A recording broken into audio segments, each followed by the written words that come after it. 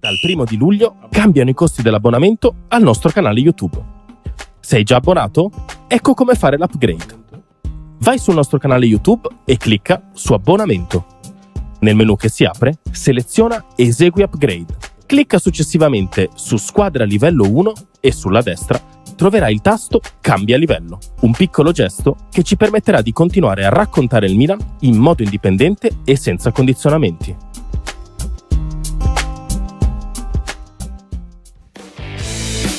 Settembre, tempo di rimettersi in gioco, non solo sul campo, ma anche sui banchi di scuola. E chi ha detto che non puoi portare la tua passione rossonera anche lì? Con Euro Publishing il rientro è un gol. Le nostre riviste di Enigmistica sono il tuo allenamento perfetto per la mente, tra un'interrogazione e l'altra. E per i veri campioni di tifo? C'è il kit scolastico Milan, firmato Euro Publishing. Penne che segnano, temperini affilati, tutto per una stagione scolastica da protagonista proprio come il nostro Milan. Trovi tutto su Amazon, in edicola e nei migliori supermercati. E allora cosa aspetti? Euro Publishing torna a scuola davvero fuori classe.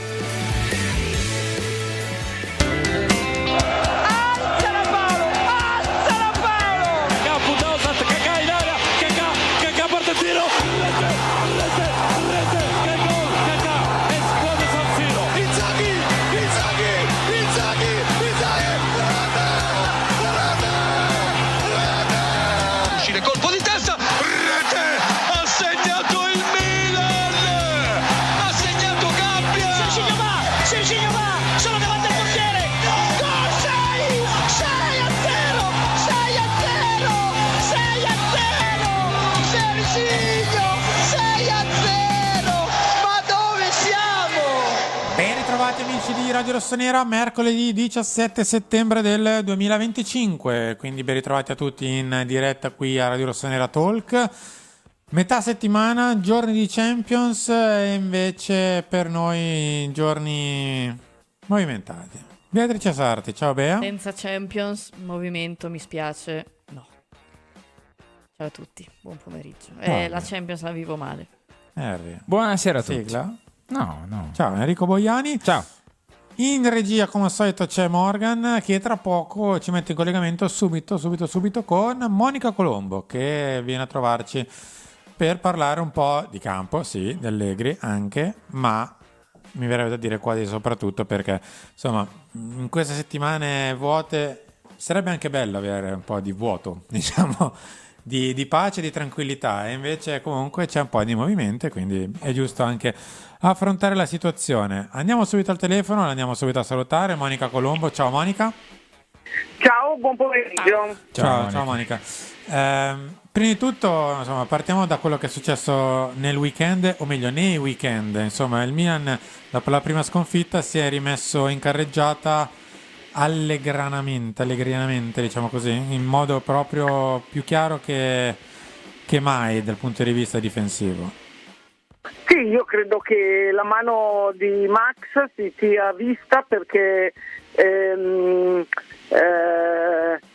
ottemperando a quella che è una sua vecchia regola, ovvero che gli scudetti si vincono prendendo meno gol possibili, insomma magari è presto per dire che il Milan vincerà lo scudetto, forse neanche attrezzate, ci sono squadre più forti, però comunque è mutato certamente l'atteggiamento difensivo, tant'è che su le 4 partite ufficiali che sono state giocate tra quella di Coppa Italia e le altre di campionato, comunque sono 3 clean sheet, quindi qualcosa vorrà dire in tal senso. Io invece, Monica, volevo chiederti di un altro personaggio che è stato molto importante per il Milan, ovviamente. Sto parlando di Adriano Galliani. In questi giorni si sono rincorse le voci, anche negli scorsi mesi. Volevo chiederti un po' se davvero c'è la speranza che torni in dirigenza. Allora, io credo che di scontato non c'è nulla. Diciamo che sono ancora 2 gli step che devono essere superati. Il primo ostacolo è legato al closing del Monza, perché finora c'è stato solo la girata, diciamo, della concessione dello stadio e del centro sportivo, che da Fininvest è passata al fondo che dovrebbe rilevare le quote, ma come dire, non sono ancora arrivati i 27 milioni necessari per come dire, trasferire le azioni e di conseguenza completare la cessione del Monza al fondo rappresentato da Baldissoni. Quindi da un lato c'è questo ostacolo, perché finché il closing non avverrà, Adriano Galliani resta come dire, come garante di Fininvest all'interno del Monza. E poi a mio avviso, ammesso che insomma questo succeda nel giro di breve tempo, poi credo che Cardinale si adopererà per portarlo all'interno della società con un ruolo che, da come so, ancora non è chiarissimo, dal momento che bisogna trovare un equilibrio tra i dirigenti che già esistono e che sono in organigramma, e è ovvio che non è come introdurre un direttore marketing o un direttore finanziario, è una persona dalla tale personalità, competenze, esperienza, carisma, capacità, curriculum, che ovviamente sarebbe ingombrante nel senso positivo del termine, e quindi bisognerà trovare come dire, come un puzzle la maniera idonea per incastrarsi, e di conseguenza credo che sarà questo un po' il grande tema dell'autunno milanese. Monica, ma avrei visto il video di questa mattina di Adriano Galliani, come ti è sembrato dalle parole? Perché vederle è un conto, leggerle è un altro, però dalla visione del video mi sembra che sia una smentita così un po' classica, alla Galliani, mi viene da dire. Ma diciamo che ho parlato col diretto interessato e lui intendeva dire al ragazzo dell'agenzia che lo aspettava fuori dall'hotel, che gli chiedeva: ma quindi l'altra sera a Milan-Bologna, quindi significa che sta tornando? E lui intendeva dire no, perché io ero a vedere il Milan come sono venuto a vederlo negli ultimi 8 anni, anche dopo il closing nel passaggio, diciamo, da Berlusconi a Yongon Lee. Non era un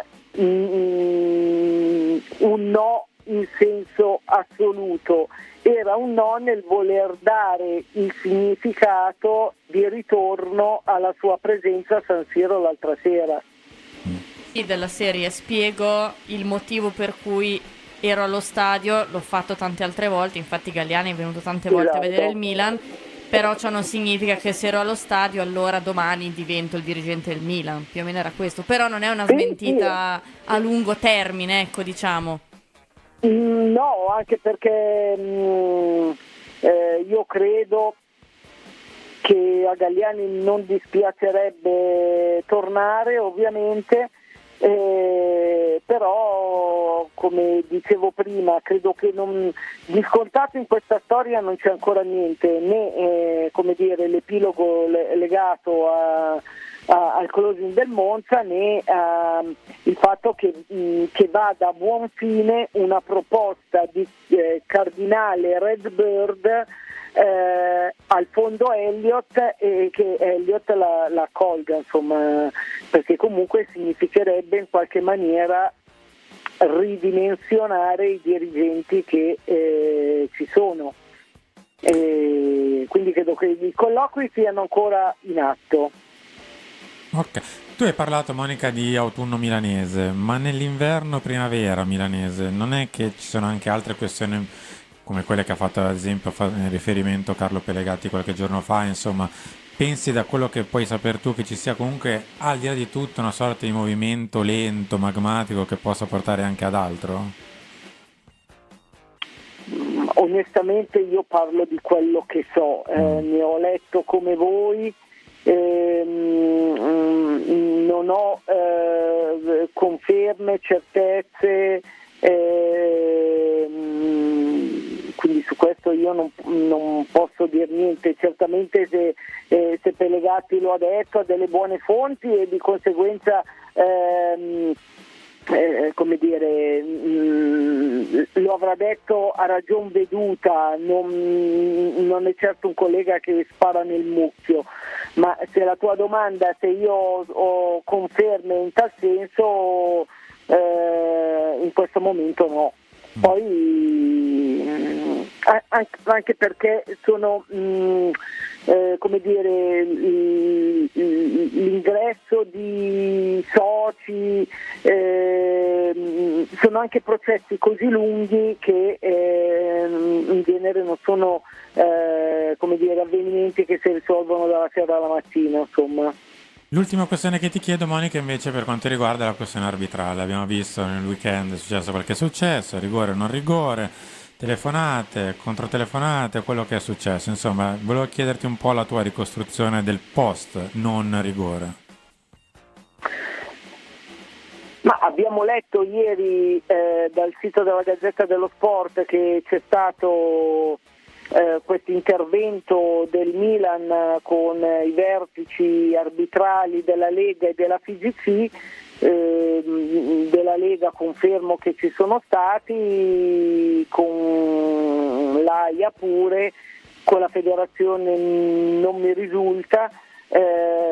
Dopodiché ben venga se c'è un cambio anche di atteggiamento nel farsi sentire qualora si ritenga di aver subito dei torti, perché in fin dei conti questo era anche una delle lacune che si imputavano al Milan nella passata stagione e che quindi avevano spinto Gerry Cardinale a chiamare Galliani a capezzale, perché se non ci fosse stato un vuoto, diciamo, a livello politico, comunque un discorso di scarsa rappresentanza, probabilmente a Gerry Cardinale non sarebbe venuto in mente di chiedere a Galliani se forniva la disponibilità in tal senso. E in effetti, appunto, mi chiedo se la Gazzetta è stata informata dalle persone che hanno ricevuto la chiamata o da chi l'ha effettuata. Monica, grazie ancora. Buon pomeriggio, voi, alla prossima. Buon pomeriggio. Ciao Monica, Ciao, grazie. Monica, grazie ancora. Ci prendiamo un attimo di aria prima di tornare a riparlare degli argomenti societari, arbitrali, eccetera, perché nel mente sono pure uscite, grazie a OpenVAR, i dialoghi che hanno portato al non rigore su un Nkunku. E tra poco li andiamo a leggere. Furlani ha vinto l'oro Sì, ai mondiali di atletica di Tokyo. Mattia Furlani. bravo Complimenti. Mattia. Grafica numero 1, Morgan. Ci prendiamo, come hai detto, questi 5 minuti di Calcio? Calcio. con la Champions, che ieri è ritornata, oggi alla sua giornata sempre numero 1 ma seconda di questa tranche. Domani ancora Champions con le partite del giovedì. Ieri i risultati... È saltata una panchina, signore. sì, è saltata la panchina che aveva fatto saltare la panchina che ha permesso il ritorno in panchina. Sì, esattamente. Il Benfica ha fatto saltare Mourinho al Fenerbahce. Il Benfica viene rimontato clamorosamente dal Karabakh in casa da 2-0 a 2-3. Salta e arriva Mourinho, che era stato esonerato. Tra nel 2025 ancora puntare su Mourinho. Eccoci. Quindi sì, no, allora la partita della Juve senza senso, folle, con 8 gol in un tempo, 2 dopo il 90esimo. Dopo ne parliamo di chi ha segnato ieri. È stata rocambolesca anche la partita di Madrid, con un rigore un po' diciamo morbido, assegnato al Real con un'espulsione giusta, ma anche qui forse un tantino eccessiva, assegnata al Marsiglia, e la rimonta dei Blancos. È stata una serata di Champions. La partita del Tottenham noiosissima, la partita dell'Arsenal sbloccata nel finale, e niente, dai. Stasera ci sono già partite un po' più... C'è Olympiacos Pafos. No, non quella. E Slavia Praga Bodo Glimt. Non intendevo Poi questo. ci sono i campioni d'Europa contro l'Ajax. No, hanno perso 5-0 il 31 maggio. Sono i vice campioni i campioni d'Europa con l'Atalanta, quindi. Sì, bravo. Poi c'è il Bayern Monaco col Chelsea. Bella partita. Idem Liverpool Atletico. Tre di belle Madrid. partite, le sì. ultime tre. Le ultime tre, sì. Invece domani ci sono Bruges, i nostri amici del Bruges, direi quasi cugini, con il Monaco, il Copenaghen con l'Leverkusen, Eintracht Francoforte Galatasaray, City Napoli. Sì, il ritorno di KDB all'Etihad. Newcastle Barcellona e Sporting Lisbona Kairat. Questo è per chiudere la giornata numero 1, poi si ritornerà a giocare in maniera classica con l'Europa League, eccetera eccetera. Sì. Questa è, come l'anno scorso, era la maxi giornata, la prima, per dare il via alla Champions League. Noi andiamo a vedere, a proposito di Champions League, la grafica numero 2. L'ha vinta. A proposito di Champions League, quando ti porti dietro le stelline della Champions, arriva lui. Anche perché è lui che ha... Sì, ha spallottolato. Insieme a Ibra. Bea?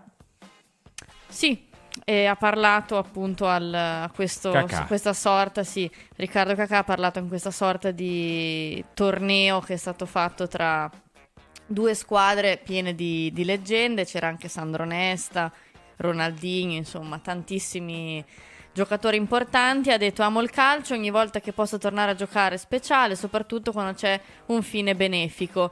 È stato bellissimo rivedere compagni e avversari di un tempo e sentire il calore dei tifosi, soprattutto dei più giovani che non ci hanno mai visto da professionista. Poverini. Futuro, un giorno mi piacerebbe gestire un club, sarebbe una sfida incredibile. Dai Ricky, allora inizia anche te a cercare qualcuno con 1,6 miliardi, forza, dai, muoviamoci. Una cordata. Dai, mettetevi tutti insieme, tipo Genki Dama, alzate le braccia al cielo. Anch'io, Alessandro. Vorrei chiederti chi è Majin Buu, ma evito. Quindi in teoria dovrebbe voler fare il dirigente. Non l'allenatore, ma mi pare l'aveva detto che non voleva fare Aveva detto l'allenatore. tipo quando ha smesso, cioè pochi mesi dopo. Ha detto, prima aveva detto dovrò capire. Ha fatto degli studi comunque, cioè Sì. negli ultimi anni, chissà se mai succederà. Chiudiamo la parentesi con la grafica numero 3. Morgan, mettimi pure, perché in realtà tra 2 giorni è di nuovo Serie A. Sì. Perché domani è Champions, giovedì, ma venerdì è già Serie A e conferenza stampa di Massimiliano Allegri in quel di Milanello per presentare Udinese Milan di sabato alle 20:45. Venerdì invece alle 20:45 c'è Lecce Cagliari, quindi uscite pure. Bologna Genoa sabato alle 15. Che le uscite pure, il prossimo avversario del Milan in Coppa Italia. Bologna Genoa sabato alle 15, Verona Juventus alle 18, 4-3. Credo. 5-5. Lazio Roma domenica alle 12:30. Cremonese Parma alle 15, Torino Atalanta alle 15, Fiorentina Como alle 18, Inter Sassuolo alle 20:45. Chiuderà Napoli Pisa alle 20:45 del lunedì. Ricordando che Inter Sassuolo già l'ultima volta a San Siro portò a una rovinosa sconfitta dell'Inter, e quindi contando che ne ha già persa 2 di fila, contando che il Sassuolo strappò i 3 punti già nell'ultima occasione, è matematicamente impossibile che l'Inter perda questa partita. C'è una domanda per te, Henry, che sei il re del fantacalcio. Ti chiedono chi mettere tra Caprile o Butese, quindi Caprile è a Cagliari, Butese è a Firenze. Caprile è a Lecce intanto e non a Cagliari. Ah sì, a Lecce, perché Butese è a Firenze? Oddio, forse Caprile. E andiamo avanti, grafica numero 4. Morgan, mettimi pure a tutto schermo la grafica numero 4 perché c'è da leggere. Però prima di leggere non vogliamo ringraziare. Vogliamo ringraziare? Sì, ma vai. no. Perché sennò poi ci intossichiamo un po', le ringraziamo male. No. Ringraziamoli adesso tutti coloro che ci supportano. Possiamo anche un secondo tornare in studio. No, vabbè, tanto sono 2. Poverini, ho capito. Non è che se sono 2, cioè No, nel senso che avremmo fatto A, E, I, O, U. Y. Si è abbonato per la prima volta, sei il migliore anche senza consonanti. E Antonio Nicoli che si è abbonato per il 9° mese. Grazie a entrambi. Grazie davvero di cuore, ragazzi. Io mi stupisco che voi ancora vi stupite e noi non ci stupiamo più, è questo il problema. Ma la cosa triste è che dobbiamo parlarne. Tant'è che è stupefacente, ma la grafica, perché è uscito il dialogo su OpenVAR di Milan-Bologna. Parte Marcenaro. Sì, sentiamolo. Sul primo contatto, quindi quello Lukumi Nkunku, Cioè il rigore più cristallino degli ultimi 15 anni di Serie A. e nel mentre che c'è l'azione dice: per me niente. Per me è un gin tonic. Sì. Sì, anche 2, visto quello che ha detto. Per me niente. Ok? Subito dopo Marcenaro però fischia il rigore sul contatto in Nkunku Freuler.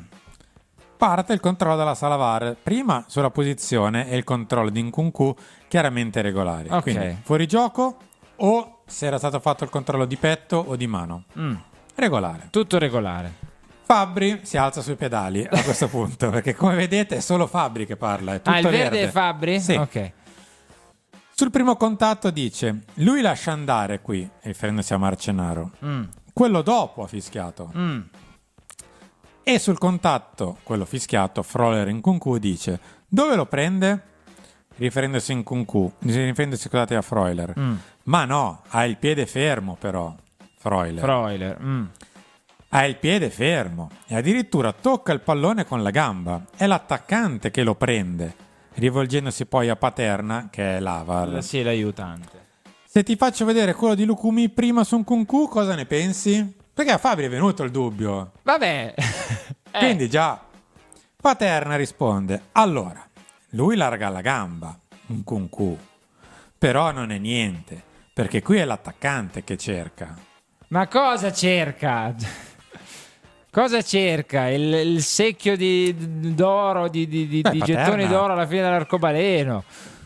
Risponde Fabri: sì, la allarga, anch'io sono d'accordo con te. Beh, Ma certo, ma stringiamoci la figurati, mano anche. E vai. Andiamo in quello dopo. Le immagini quindi tornano su Freuler in Ma Nkunku. sì, Quello è già andato. Robina da niente il primo Quindi contatto. ringraziamo Fabri e Paterna che quindi bypassano direttamente la questione. Le immagini tornano quindi su Freuler in Nkunku e cerchiamo delle telecamere belle, dice Fabri, perché secondo me non è calcio di rigore. Cerchiamo le telecamere Cerchiamole belle. bene, sì. Cosa ne pensi? Sempre a Paterna chiede. Perché ha il piede a terra, non lo calcia mai. Paterna dice: sono d'accordo. Allora Fabri: voglio un'altra telecamera. Questa. Sempre su Freuler. Ha già il piede a terra ed è lui, Nkunku, che lo scalcia. Cosa ne pensi? Sempre a Paterna. Sono d'accordo. È più l'attaccante che va verso, vedi? Quindi Fabri si apre al microfono e dice a Marcenaro: guarda che abbiamo le immagini che non... Io te lo farei rivedere, Matteo, perché è il difendente che ha il piede a terra ed è Nkunku che mettendo il piede a terra lo calcia.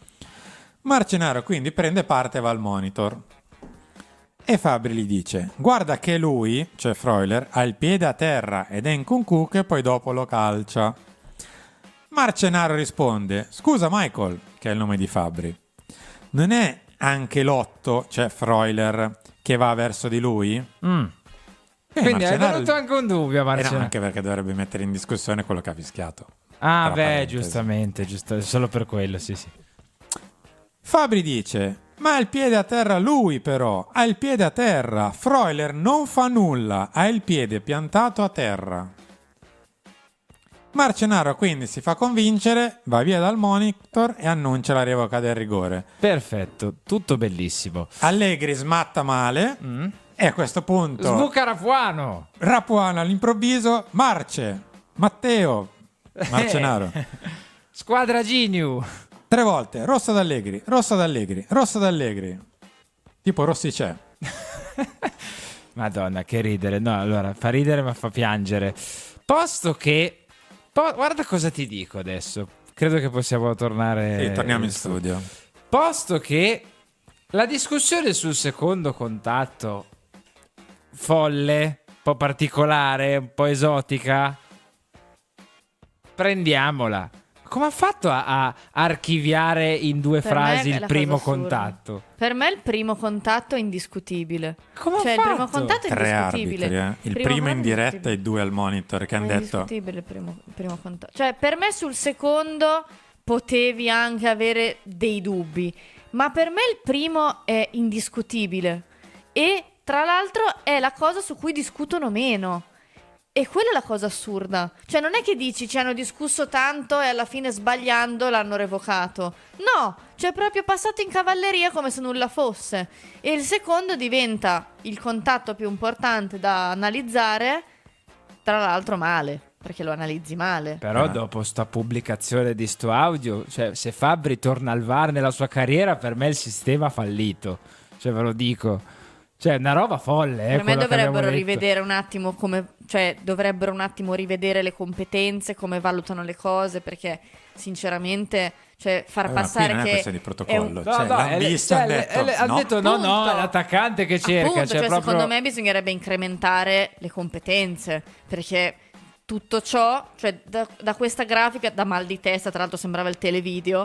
Cioè, ho capito. Hanno parlato così tanto no, che... appunto, cioè, l'unica cosa che si è capita è che è tutta colpa di Kunku. Stop.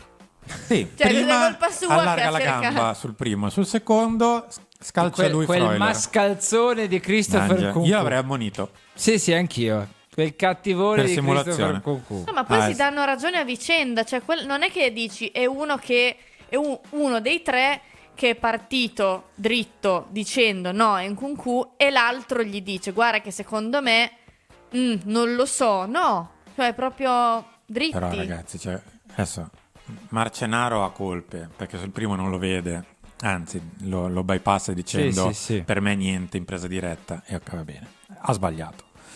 Ma gli altri che No, lo ma rivedono, Fabbri folle. soprattutto, che prima dice sul primo controlla e dice no, Paterna che gli dà ragione. Vabbè. Ma anche perché E sul secondo chiede le telecamere belle per dimostrare che Freuler era al piede a terra e in Kunku l'ha toccato. no, ma poi chi è in campo è sempre sotto una pressione diversa rispetto che chi è davanti al Lissone, monitor. Cioè, comunque chi è in campo è anche sottoposto a uno sforzo fisico, sei sotto pressione, sei in un momento anche concitato. Chi è il monitor dovrebbe avere una calma serafica, tanto che è chiuso in una stanza davanti a un monitor e può mandare indietro le immagini tutte le volte che vuole. Cioè, da lì per me non si può tollerare l'errore. In tutto ciò non sono arrivate comunicazioni ufficiali sulle decisioni su Fabbri e Marcenaro. Ma non arrivano. Ah, ok, vediamo. Sono cosa voci succede. sempre Vediamo. che dicono verrà fermato, eccetera. Ok, vediamo. Comunque con la Sei d'accordo, tecnologia. Henry?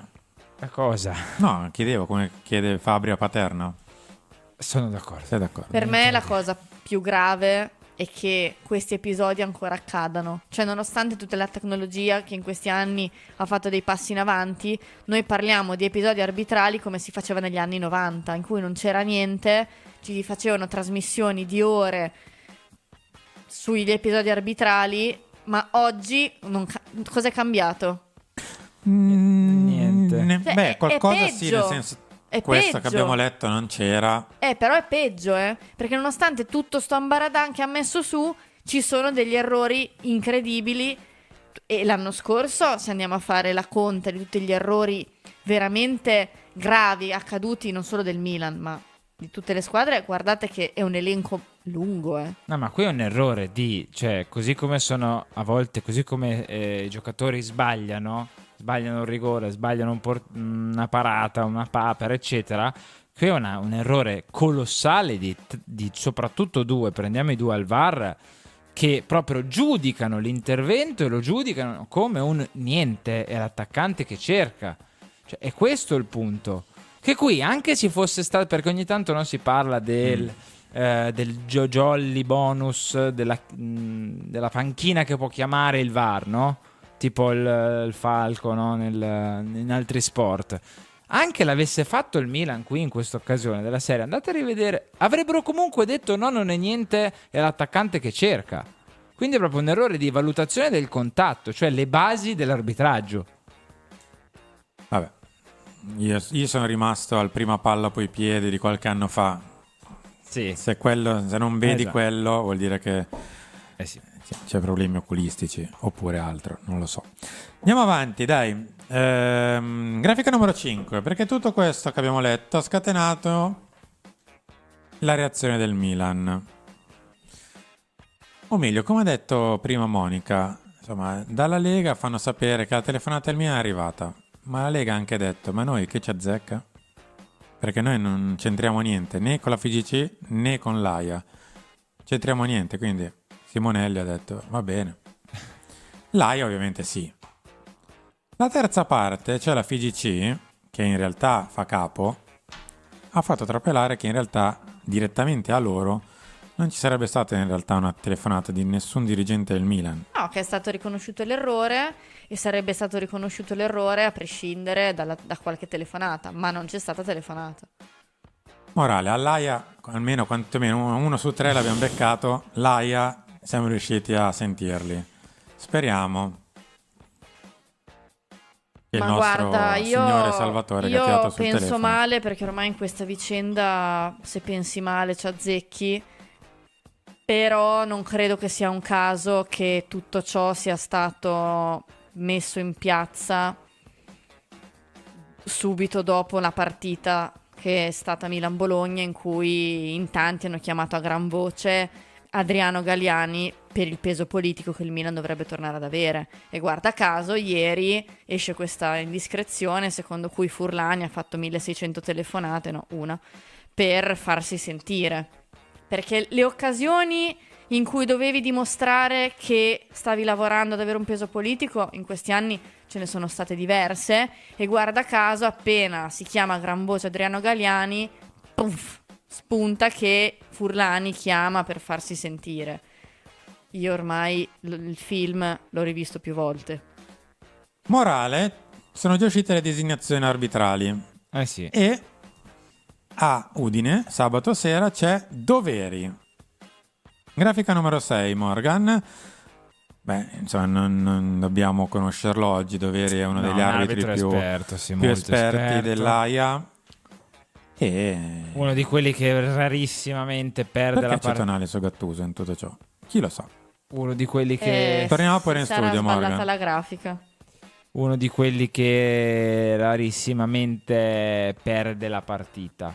Cioè, magari fa l'errore Doveri, no? Cioè, soprattutto quando non c'era il VAR, ce ne ricordiamo tanti. Però è uno di quelli che la partita poche volte l'ha persa. Ecco, magari ha arbitrato bene, ha arbitrato male, però non è uno di quelli che si fa trascinare troppo dagli eventi. Ecco. In linea teorica è uno dei migliori. Uno dei migliori, speriamo bene. Io Se non no. sbaglio abbiamo anche un buono score con Sì. Speriamo bene, speriamo che di non fare un po' spartita, che con post intendo anche i giorni dopo, come quello di Milan-Bologna, da quel punto di vista lì. Io ne ho 2 in mente di arbitri giovani discreti, non li dico perché sennò li brucio. Non dirli, tieniteli per te. Ma uno è con la Z. Bravo, abbiamo capito tutti, ce n'è uno con la Z. Va bene, torniamo a parlare un po' di calcio, dai, grafica numero 7. L'altro ha le Z dentro il cognome? No. Meno male. Grafica numero 7, Morgan, i dati della difesa. Perché in tutto questo la difesa del Milan si è chiusa nelle prime 3. Poi sono le prime 3, quindi fanno statistica a sé e quindi dobbiamo verificarla più sul lungo periodo. Però confronto prime 3 giornate, l'anno scorso, quest'anno. L'anno scorso Torino, Parma, Lazio. Quest'anno Cremonese, Lecce, Bologna. L'anno scorso il Torino ha avuto expected goals 0,99, il Parma 1,73, la Lazio 2,07. GO sono grandi occasioni, quindi le occasioni che la squadra avversaria ha creato nella partita. Eravamo sempre andati in crescendo, peraltro. Il Toro 2, il Parma 4, la Lazio 5. Tiri in porta, non ne stiamo a parlare. Perché i tiri in porta sono tra parentesi, i tiri totali sono quelli non in parentesi. Quest'anno, come vedete, si è completamente ribaltata la situazione, nel senso che gli expected goals delle squadre avversarie, giusto per chi non lo sapesse, sono i gol aspettati, tra mille virgolette, nel senso le occasioni che tu crei durante la partita danno un certo numero di punteggio che poi va sommandosi e crea questo dato finale. La Cremonese 0,21, Lecce 0,30, il Bologna 0,17. Pochissimo, veramente pochissimo. Contate che un tiro, cioè tipo un colpo di testa da poco fuori l'area piccola, se la posizione dell'impatto è buona e sei leggermente smarcato, è già tipo 0,14, 0,15. Solo un colpo di testa da buona posizione poco fuori dall'area piccola, in sostanza. Quindi 0,17 in tutta la partita è niente. Grandi occasioni, ne abbiamo lasciata una alla Cremonese in 3 partite. Tiri in porta 3, 2 e col Bologna neanche uno. Totali tiri del Bologna, ma non nello specchio, sono stati 5. Quindi... Ma però vi stupite? No, non mi stupisco. È ovvio che bisogna fare la tara, abbiamo giocato con la Cremonese in casa, Lecce fuori, una delle squadre però più in difficoltà della Serie A, e il Bologna in casa. Se tu guardi, togli Cremonese e Torino, che forse tra l'altro pende un po' di più per il Torino dell'anno scorso, il livello delle due squadre. Non è che sei così troppo distante, cioè Lecce e Parma. No, infatti in realtà Lazio e Bologna. Torino, Lazio, le lascio. Per me il vero metodo di confronto è le 2 trasferte, Parma e Lecce. Ma al di là dei dati, proprio come è stata impostata la trasferta di Parma e la trasferta di Lecce, il Milan che ha visto il Parma è a Lecce. Cioè... Parma, disastro. Peggio di tutte le altre per me.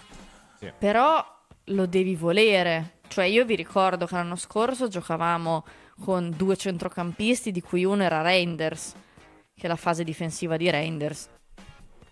La mettiamo in mezzo a 2 grandi parentesi, poi per il resto grandissimo giocatore, per carità. Allegri, cioè quante volte l'abbiamo detto l'anno scorso, questa squadra ha bisogno di iniziare a non prendere gol, anche per maturare fiducia, sicurezza eccetera. Se tu giochi come giocavi l'anno scorso, poi Fonseca ci aveva provato un po' a sistemare la fase difensiva, no? Però conta anche come ti schieri in campo. Cioè se guardate come ci siamo schierati in campo con il Bologna al primo minuto, cioè i giocatori che ti aiutano a difendere erano tanti, cioè lo devi volere.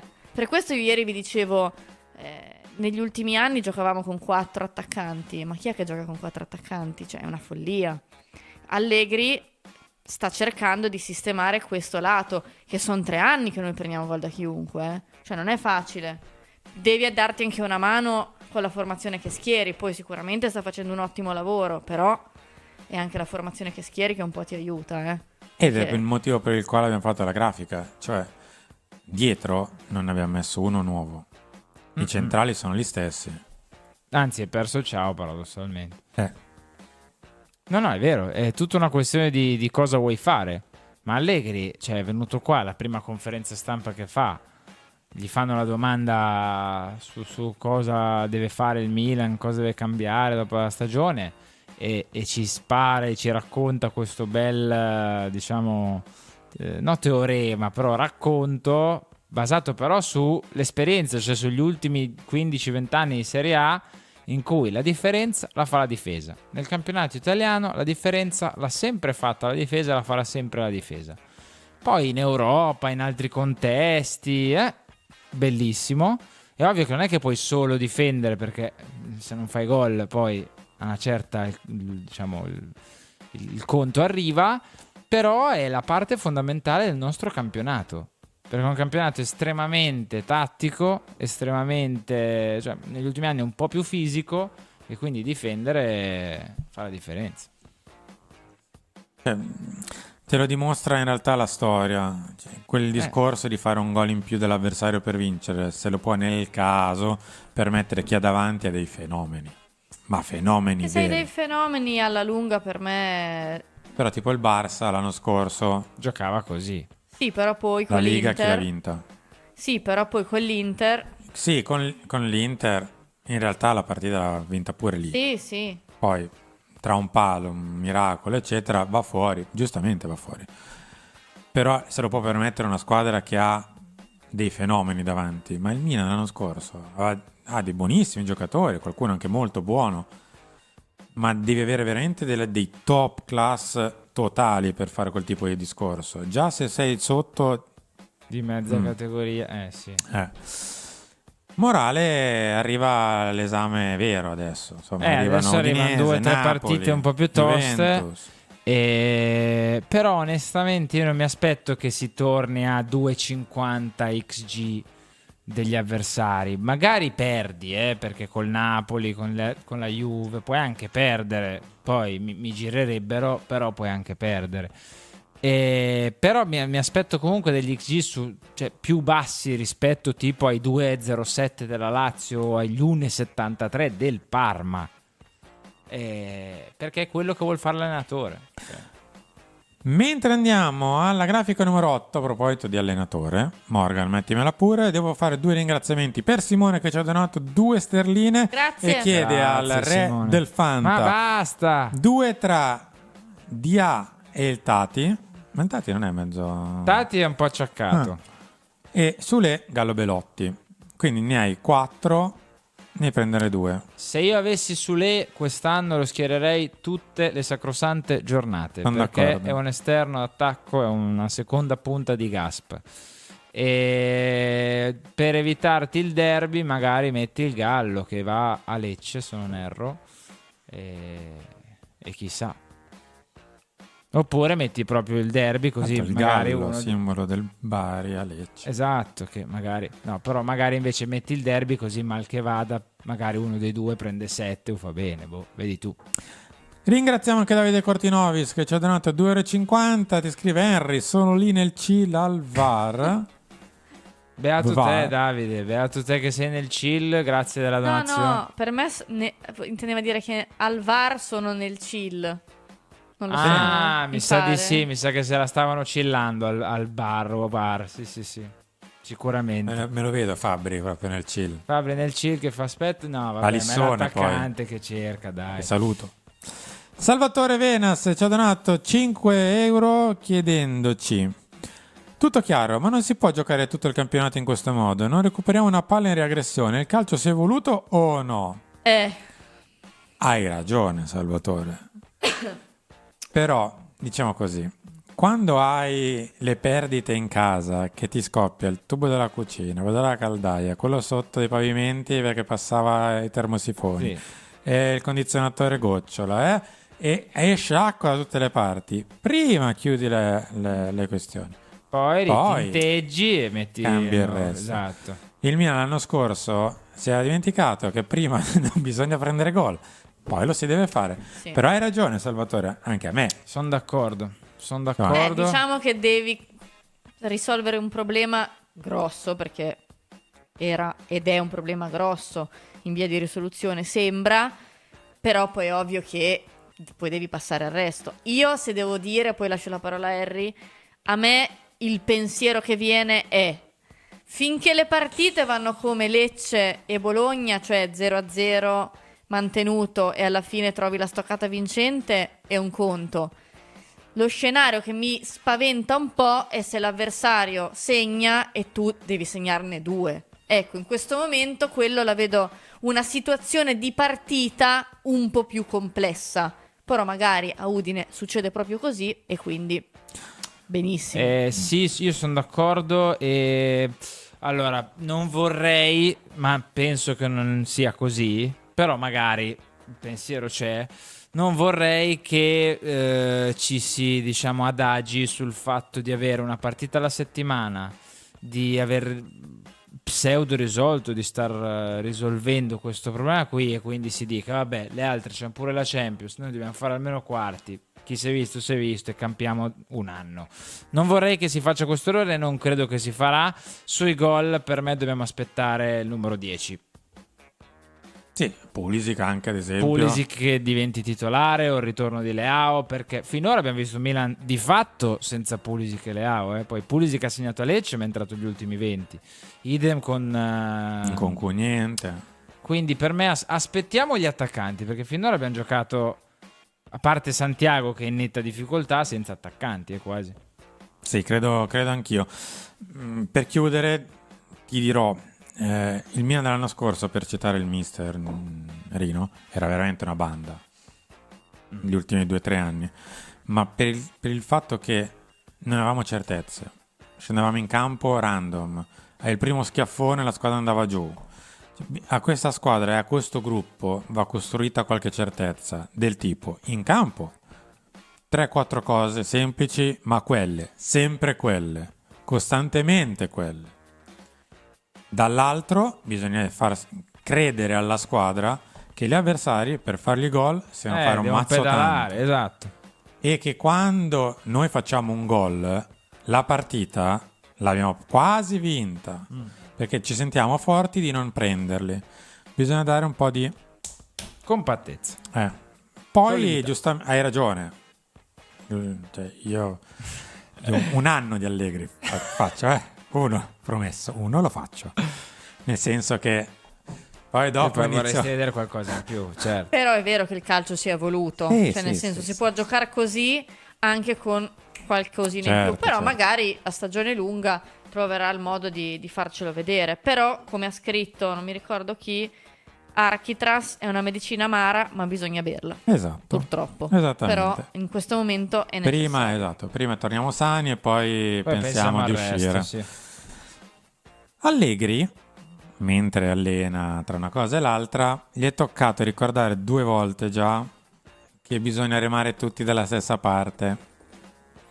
Per lavorare al meglio e ottenere risultati a fine stagione bisogna essere un blocco unico, andare tutti in un'unica direzione, con la responsabilità che dobbiamo avere nei confronti di una società come il Milan. Prima diventeremo squadra e prima faremo i risultati, all'inizio sei solo un gruppo. Poi, non contento, prima di Milan-Bologna lo ridice. La cosa più importante da fare è non lavorare per noi stessi, ma per il club. Tutti dobbiamo andare nella stessa direzione. Sicuramente sono io l'artefice delle sconfitte, ma dobbiamo remare tutti nella stessa direzione. Ed è una cosa che deve essere ben chiara a tutti. Sarà ben chiara a tutti? Anni? No. Non credo che sia chiara a tutti, perché sono anni che non è chiara a tutti. E quindi il peccato è quello, ma la cosa veramente triste, che ho detto anche questa mattina a Mattino Milan, tra l'altro recuperatelo se non l'avete visto, subito dopo, insomma alle 17 potete seguirlo, è che non serve. Cioè, quest'anno davvero non serve, cioè sei arrivato a prendere un allenatore che ha esperienza, ok? Sei arrivato a mettere un direttore sportivo. Ignoriamo per un secondo che sei stato costretto a farlo perché altrimenti veniva giù il mondo, ok? Non lo volevi fare. Lo ignoriamo, lo dimentichiamo per un attimo, ok? Questa parte che bisognerebbe ricordarsela ogni tanto, la dimentichiamo. Hai preso un allenatore che sta dando una sorta di identità, che piaccia o non piaccia, sta provando a dare un'identità a una squadra, con un direttore sportivo. Un anno a pensare a questo benedetto rettangolo verde con le linee bianche, i palloni e le porte, lo possiamo fare? Un anno senza dargli fastidio al rettangolo. Esatto, senza entrare in certe dinamiche, senza influire. Possiamo fare un anno, perché quest'anno non serve fare niente per provare a fare una stagione decente. Harry, io ti rispondo con la stessa frase che ho usato mesi fa e che poi lancia la grafica numero 9. Ma con tutta la fatica che ha fatto per arrivare a essere, come ha detto giustamente Condò ai nostri microfoni, il rappresentante, difficile dirlo, del Milan, secondo te lascia il posto da... Cioè, no, non è questione di rettangolo verde, è questione che il passo indietro non lo fa. Mi metti la 9, Perché Morgan? se c'è un giocatore che gli altri vogliono e lui no, questo succede. Se Allegri dice qualcosa che non lo aggrada, succede. Se Allegri o Tare vogliono qualcosa che a lui non va giù, succede. Questo è. Cioè, Fa un po' impressione vederli tutti in una grafica, Perché siamo partiti da Maldini. Tutti ci sono? Ma credo di sì. Chat, se ne abbiamo dimenticato qualcuno, ditecelo. È iniziato facendo fuori Maldini Massara. Sì, io Cardinale Cardinale lo metterei in una sì. grande parentesi, però Io mi ricordo che hanno dovuto fare una foto finta sì. per farsi vedere allegri e felici prima Sì, di una sì, partita di sicuramente. Champions, fuori da un Mi ristorante. ricordo anche che uno ha fatto dei colloqui per il direttore sportivo e l'altro è andato Resta che dove doveva. Resta ribadire che li la faceva faida da cui inizia il nostro momento difficile è quando fa di tutto per far allontanare Paolo Maldini. Il resto è a cascata, Il resto per me è semplicemente a cascata. Comunque, Perché ha avuto da dire con Cardinale. Contare quest'estate tra Boniface, tra il budget per Xhaka, Yajari e compagnia. Con Allegri l'ultima settimana del mercato dopo la Cremonese è stata fuoco e fiamme per interposta persona sulla stampa. Con Paratici, incontri non incontri, poi aveva snasato che stava... Ecco, a livello comunicativo era meglio di no. E quindi via Paratici. Con Ibra ha fatto un anno. anche Tonali hanno ragione in chat. Sì, ma i due giocatori sono rappresentativi. Sì. Okay. Che sono i casi più palesi ed eclatanti. Con Ibra ha fatto un anno intero. Adesso Sì. Ibra dov'è? Finito, sparito, chi lo sa. I due giocatori li abbiamo messi, ma come detto sono rappresentativi di del questo. gruppo squadra, della gestione dei rapporti con gli agenti dei giocatori E con i giocatori stessi e di come i giocatori sono protetti o no dagli organi di informazione.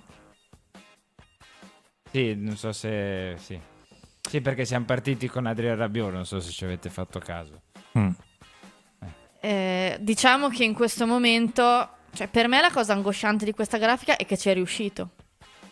Poi Allegri è angosciante. Ha il potere di poterlo fare. È angosciante però, perché adesso siamo tutti con gli occhi aperti, ma all'inizio gli occhi erano ben chiusi, E questa è la cosa angosciante, perché se gli occhi fossero stati aperti dall'inizio, magari non ci riusciva così tanto. Tare e Allegri li metterei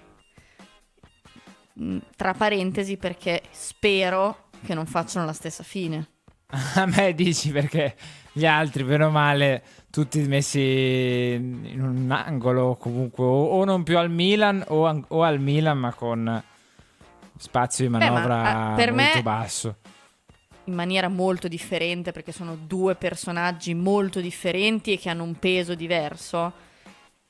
Paratici e Galliani hanno un filo conduttore, nel senso che la paura di essere oscurato da Paratici in questo momento, per me, mia opinione, è la paura di essere oscurati da Galliani.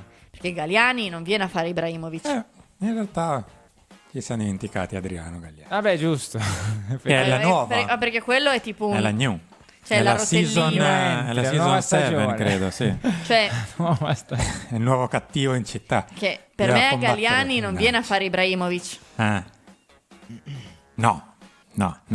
Come Allegri non è Fonseca. Già. E nemmeno con Seisao. Ma che altro aggiungere? Come detto, se Tare può anche essere preso un po' in mezzo alla questione, Allegri no. E l'abbiamo già notato che mediaticamente può rispondere colpo su colpo. Tra questi qui è quello secondo me più... non più pronto, però che si può difendere meglio Allegri. Tra tutti questi in grafica, forse Paratici si avvicina, ma tra tutti quelli in grafica credo che Allegri Diciamo sia che quello. Allegri ha ampliato il numero di occhi e bocche che possono parlare su quello che non va da questo punto di vista. Sono rimasti ancora 2 o 3 megafoni vecchi e nuovi peraltro per quanto riguarda la D, ma insomma vivremo questa stagione così Che dobbiamo tra fare? un megafono e l'altro. Andiamo avanti. Parole di Galliani, grafica 10. Io spero e mi auguro con tutto il mio cuore per il Milan e per noi che tutto questo prima o poi abbia una fine, perché è veramente triste vedere che poi il tempo passa e le cose si ripetono e non cambia, non dico niente, ma cambia poco. Queste sono le parole di Galliani, che sanno di smentita, ma in realtà... Come ci ha detto Monica, sanno più di... non c'entra niente il fatto che ero a San Siro. Anche perché quante volte è andato? Tante.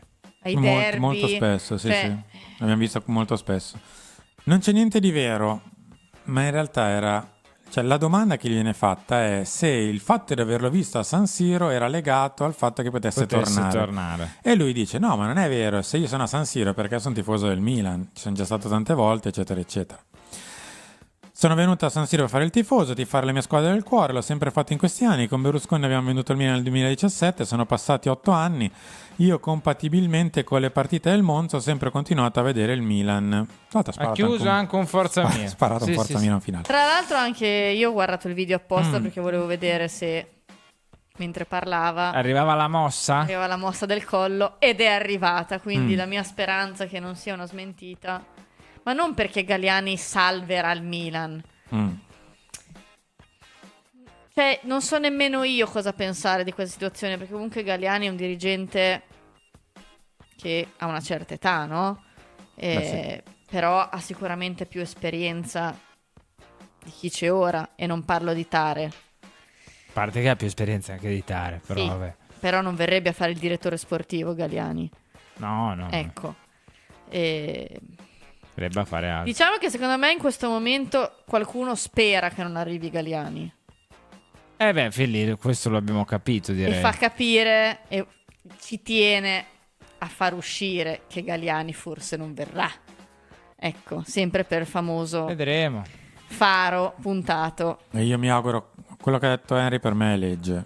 Mi auguro che una volta tanto si faccia il bene del Milan e non di se stessi. Sono 3 anni che lo diciamo, ma tanto non cambierà. Però la speranza rimane sempre. Certo, poi chi vi stia sperando. Il Milan in vantaggio 2-0 al Milan futuro contro Leon. Ha pareggiato 2-2 alla fine. Gol del Milan di Perina credo. Raddoppio di Valentien. Grandissimo. Su assist di Ibra, peraltro. Di Maximilian. Sì, certo, non di Zlatan. Ecco dove era Zlatan.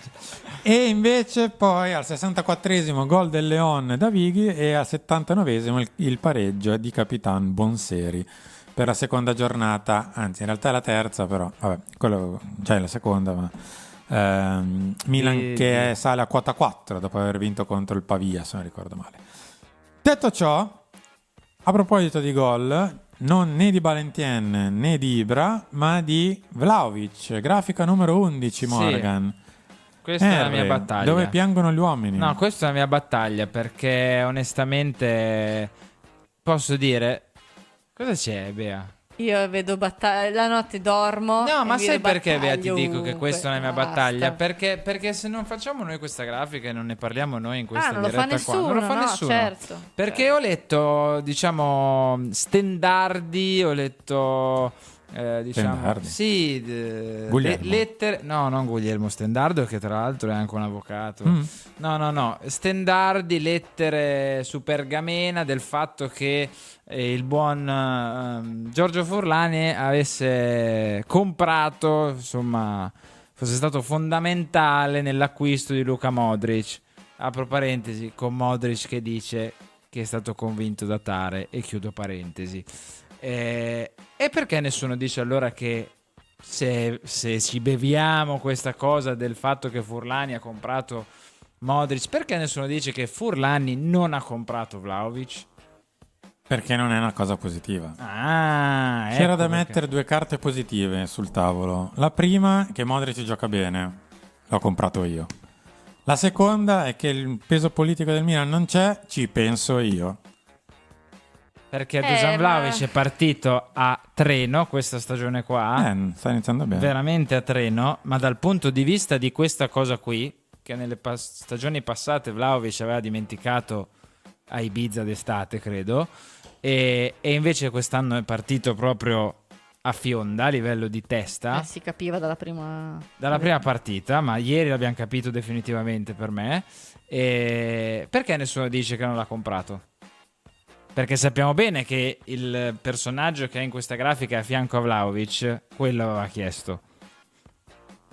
Bisogna dirle anche ste robe. Guarda, se no... io sono d'accordo. No, su questo sì. No, sono d'accordo con lo Sparviero sulla questione Vlahovic. Non vi fidate mai dei giocatori dell'ultimo anno di contratto. Per me Vlahovic quest'estate si è brucicchiato. Era sul mercato a un anno dalla fine, non ha telefonato quasi nessuno. Soprattutto da Premier, eccetera, eccetera. Certo. Quest'anno, con un anno dalla fine del contratto, deve mettersi in mostra. E quindi, partito a... Però, pistola, perché le qualità se le ha. Lo so, per me, però... al di là di Vlahovic, che giustamente a uno possono venire anche i dubbi, come hai detto giustamente tu, no? È un anno dalla scadenza, quest'estate ha un po' capito che non è l'attaccante più desiderato del pianeta Terra, però io metterei proprio la lente sul fatto che nessuno l'ha fatto presente. Cioè nessuno l'ha fatto presente e mi viene da dire, come al solito, cioè non è niente di nuovo, non è niente di nuovo. Se non viene preso un giocatore che voleva, si scrive. Se non viene preso un giocatore che non voleva e fa bene, finisce nel dimenticatoio la cosa. Cioè, nel senso, per dire, io non voglio fare la polemica, però io leggo ancora degli articoli su giocatori che non sono più del Milan e se fanno male leggo l'articolo, cioè esiste l'articolo, cioè questa è la cosa brutta, capito? Cioè ci sono dei giocatori che non giocano più nel Milan da anni, da un paio d'anni, se fanno male, siccome erano voluti e presi dalla passata dirigenza, e allora mi scrivi anche di Vlahovic. Però ripeto, perché io non l'ho letto ormai da non fa nessuna neanche parte. più notizia, capito? No, nemmeno io, basta non leggere una cosa e non leggi Non niente fa di neanche, questo. però non fa neanche più notizia. Cioè, se vedete il film è sempre lo stesso. Quindi, se mettete quel film di quel tipo, cioè, potete anche anticiparle certe mosse. Torniamo in studio. Siamo arrivati alla fine, sono le 17. Devo però ringraziare assolutamente un abbonato che ho visto prima che ci scriveva peraltro di non toccargli Santiago, altrimenti chi fa i gol quest'anno? Beh, Henry, non conosci un attaccante? Del Milan? Sì. Raffaele Leao. Se inizia a performare. Se ci fosse. Raffaele Leao. Daniele Cardinali, grazie per il tuo abbonamento. Grazie Daniele. Anche Peppe Grassi invece l'ha rinnovato. Grande, il 28esimo mese. Grazie ragazzi. Oggi come ieri, Forlani out, Scaroni out. Peppe, grazie per l'abbonamento. E la donazione l'avevi ringraziata? Sì. Era quella di prima. Salvatore. Era quella di prima, sì, Siamo arrivati in chiusura. Noi ci ritorniamo domani, come al solito, giovedì. Ultimo giorno della settimana di Champions e senza Milan, perché poi venerdì con la conferenza si iniziano a scaldare i motori con l'Udinese. Sabato sera, come al solito, ci ritroviamo qui per il post partita e compagnia. Henry. E venerdì saremo qui. Tutto venerdì saremo qui. Sì, come sempre. Ciao. Bea. Grazie a voi, a domani. Conferenza che ci sarà venerdì alle 13:30. Grazie Bea. Dall'altra parte del vetro ringrazio Morgan che ci manda in sigla. A domani. Settembre, tempo di rimettersi in gioco. Non solo sul campo, ma anche sui banchi di scuola. E chi ha detto che non puoi portare la tua passione rossonera anche lì? Con Euro Publishing il rientro è un gol. Le nostre riviste di Enigmistica sono il tuo allenamento perfetto per la mente, tra un'interrogazione e l'altra. E per i veri campioni di tifo c'è il kit scolastico Milan firmato Euro Publishing. Penne che segnano, temperini affilati, tutto per una stagione scolastica da protagonista proprio come il nostro Milan. Trovi tutto su Amazon, in edicola e nei migliori supermercati. E allora cosa aspetti? Euro Publishing torna a scuola davvero fuori classe.